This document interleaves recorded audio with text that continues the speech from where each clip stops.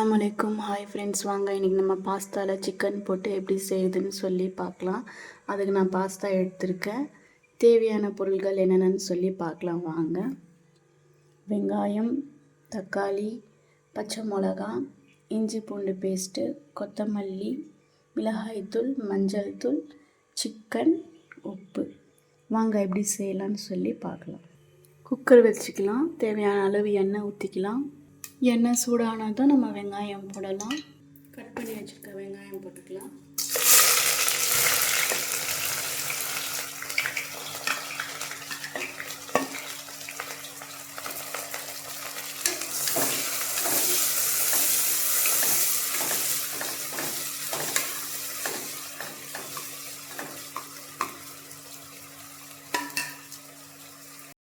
பச்சை மிளகா போட்டுக்கலாம்.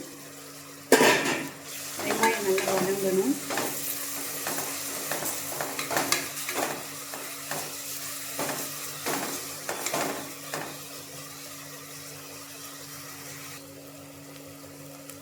தக்காளி போட்டுக்கலாம். வெங்காயம் நல்லா வதங்கிட்டு வந்துச்சு. தக்காளி போட்டுக்கலாம்.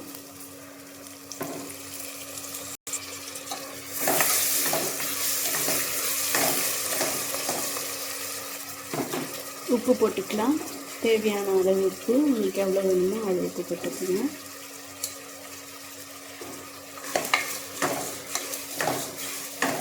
தக்காளி நல்லா வதங்கட்டும். கொத்தமல்லி போட்டுக்கலாம்.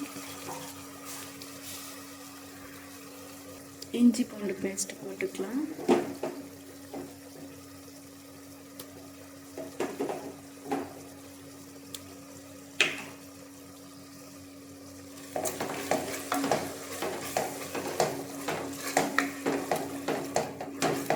ஒரு 2 நிமிஷம் நல்லா வதங்கட்டும்.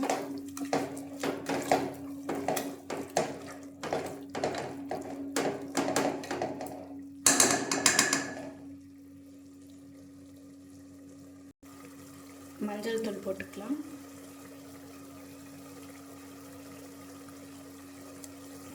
மிளகாய் தூள் போட்டுக்கலாம். உங்களுக்கு காரம் எவ்வளோ வேணுமோ அவ்வளோ போட்டுக்கோங்க.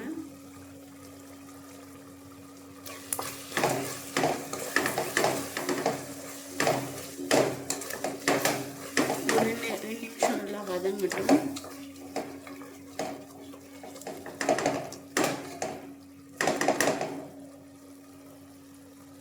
சிக்கன் போட்டுக்கலாம்.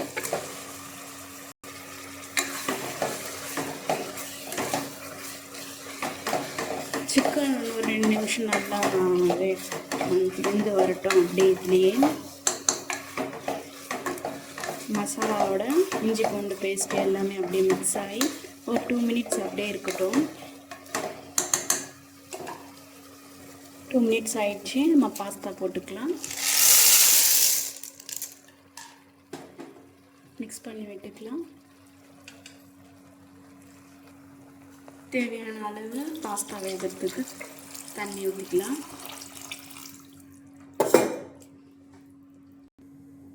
மிக்ஸ் பண்ணிவிட்டு உப்பு காரம் எல்லாமே கரெக்டாக இருக்கான்னு சொல்லி செக் பண்ணிக்கோங்க. மூடி போட்டு மூடிடலாம். ஒரு 6 விசில் வரட்டும். மூடி போட்டு மூடி ஆயிடுச்சு. ஒரு 6 விசில் வந்தோடனே ஆஃப் பண்ணிடலாம். 6 விசில் வந்துடுச்சு. வாங்க ஓப்பன் பண்ணி பார்க்கலாம். எப்பவுமே ப்ரெஷர் இறங்கிட்ட பிறகு தான் ஓப்பன் பண்ணணும்.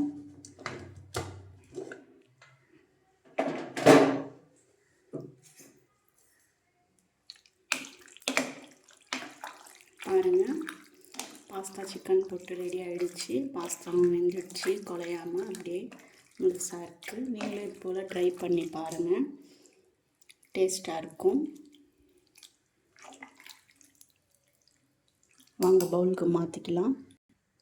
நம்ம பாஸ்தா ரெடி ஆகிடுச்சு. உங்களுக்கு இந்த வீடியோ பிடிச்சிருந்தா லைக் பண்ணுங்கள். மறக்காமல் சப்ஸ்கிரைப் பண்ணுங்கள். கமெண்ட் பண்ணுங்கள். ஷேர் பண்ணுங்கள். வாங்க சாப்பிடலாம்.